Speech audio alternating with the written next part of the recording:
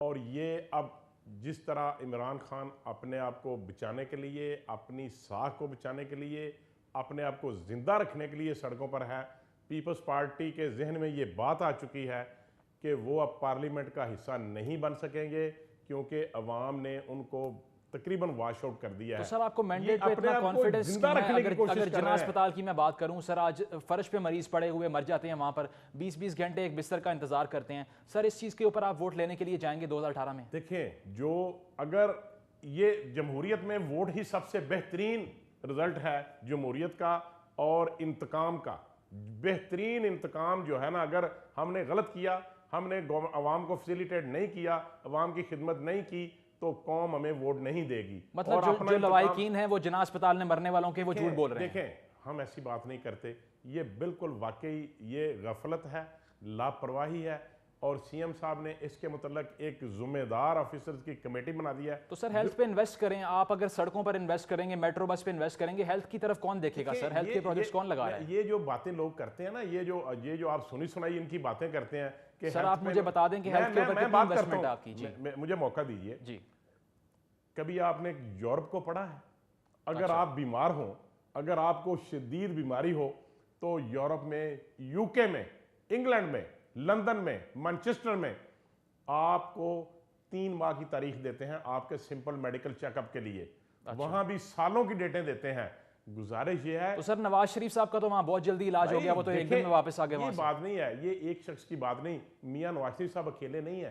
पाकिस्तान के हजारों जो लोग अफोर्ड कर सकते हैं, लाखों लोग जो हैं वो पूरी दुनिया में जाके अपने इलाज करवाते हैं। सर हुक्मरान को मिसाल कायम करनी चाहिए ना सर, हुक्मरान को तो यहाँ इलाज करवाना चाहिए। गवर्नमेंट ने 45 नए हॉस्पिटल्स जो हैं उनके मतलब ये पेमेंट्स जो है, जो फंड्स जो हैं वो रिलीज कर दिए हैं। और इसके अलावा सूबा पंजाब में जितनी हालत आज बेहतर है, जितने पैसे आज हेल्थ के ऊपर खर्च किए जा रहे हैं, इससे पहले कभी नहीं खर्च किए गए। और मैं आपको यकीन दिलाता हूं कि तमाम हॉस्पिटल्स की अपग्रेडेशन की जा रही है। और आप देखेंगे कि जहां जहां पे जो कमियां हैं उनको दूर किया जा रहा है। आरएचसीज में, बीएचयू में 24 आवर फैसिलिटीज दी जा रही हैं।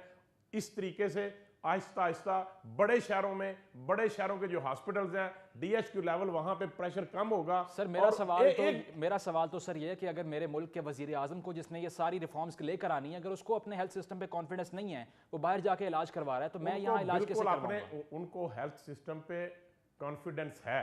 अच्छा। अगर देखें, अगर एक आदमी पुराना मरीज है और वो बहुत देर से बाहर, किसी डॉक्टर्स को आप रोजाना अपने डॉक्टर को चेंज नहीं कर सकते, इस तरह नहीं होता। हर आदमी अगर कोई अफोर्ड कर सकता है तो इसमें कोई ऐसी कोई कानून में पाबंदी नहीं है कि अगर आप अफोर्ड कर सकते हैं तो आप बाहर नहीं जा सकते। गवर्नमेंट का पैसा वो खर्च नहीं करते, अपनी जेब से वो खर्च करते हैं। और ये जो आप बात करते हैं हॉस्पिटल्स की और सड़कों की, क्या ये जो सड़कें हैं इस पे अमीर सफर करते हैं? क्या मेट्रो पे कोई करोड़पति अरबपति सफर करता है?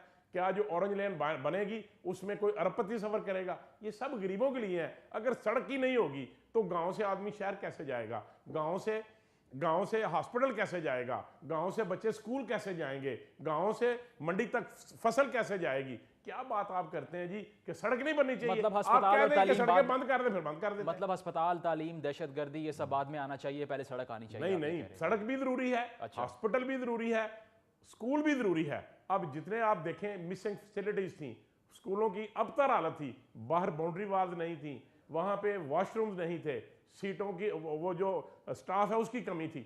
आप आज देख लें, मेरे जिला सियालकोट में आप जाके देखें, मेरे हल्का पीपीए 130 में देखें, आप विजिट कर लें, सरप्राइज विजिट करें, मैं आपको लेके जाऊंगा। सर सियालकोट तो फिर छोटा शहर है, मैं तो लाहौर की बात, जना अस्पताल की बात कर रहा हूं, मैं निस्तर अस्पताल की बात कर रहा हूं, मुल्तान की बात कर रहा हूं। सर वहां के इमेजेस आज सुबह से हमारा चैनल चला रहा है। अगर ये आपके स्टूडियो में कैपेसिटी जितनी होगी, आप उतने लोगों को यहां बिठा सकते हैं। तो सर ये किसका काम है कि कैपेसिटी पैदा करें? गवर्नमेंट का काम है। 45 बड़े हॉस्पिटल बनने जा रहे हैं। With the passage of time चीजें बेहतरी की तरफ जा रही हैं।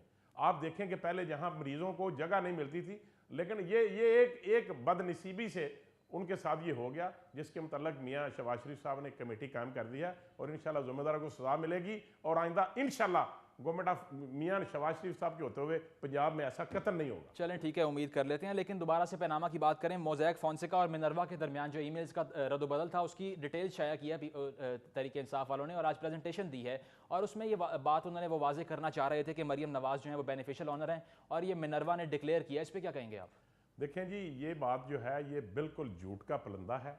मिनर्वा ने जो डेली टेलीग्राफ है उसमें अपनी स्टेटमेंट दे दी है कि हमारा ये जो इसमें मोनिका जो कंपनी है फोनेस्का जो है उसमें उनका कोई तल्लक नहीं है और पनामा लीक्स में वो कंसर्न ही नहीं है उनका। अगर ये एक अखबार की खबर को एविडेंस कहते हैं तो फिर अल्लाह ही हाफिज है, इनका भी, इनकी पार्टी का भी। और जिस तरह ये सर आप भी टेलीग्राफ को कोट कर रहे हैं, वो भी अखबार है सर। नहीं, तो ये